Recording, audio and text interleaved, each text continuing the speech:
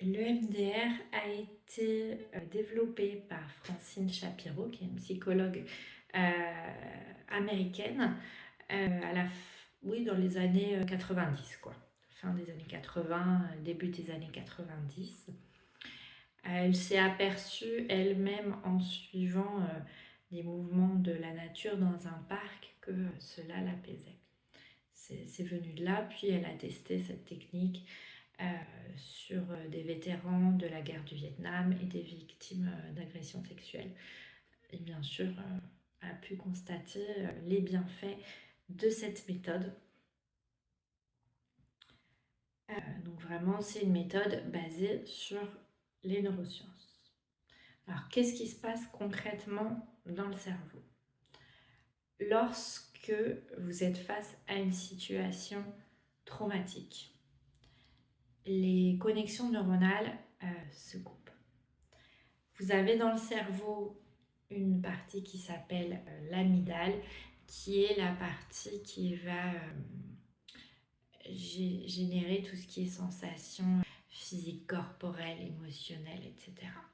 Si tout va bien, les connexions neuronales se font et l'événement que vous avez vécu va aller être rangé dans une sorte de bibliothèque qui s'appelle l'hippocampe, où sont stockés tous nos souvenirs.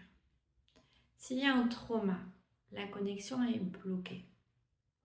Donc l'événement ne va pas être rangé. Ce qui fait que n'importe quelle stimulation, un regard, un bruit, une image à la télévision, le rappel du souvenir, l'évocation du nom d'une personne vont replacer la personne dans l'état de choc.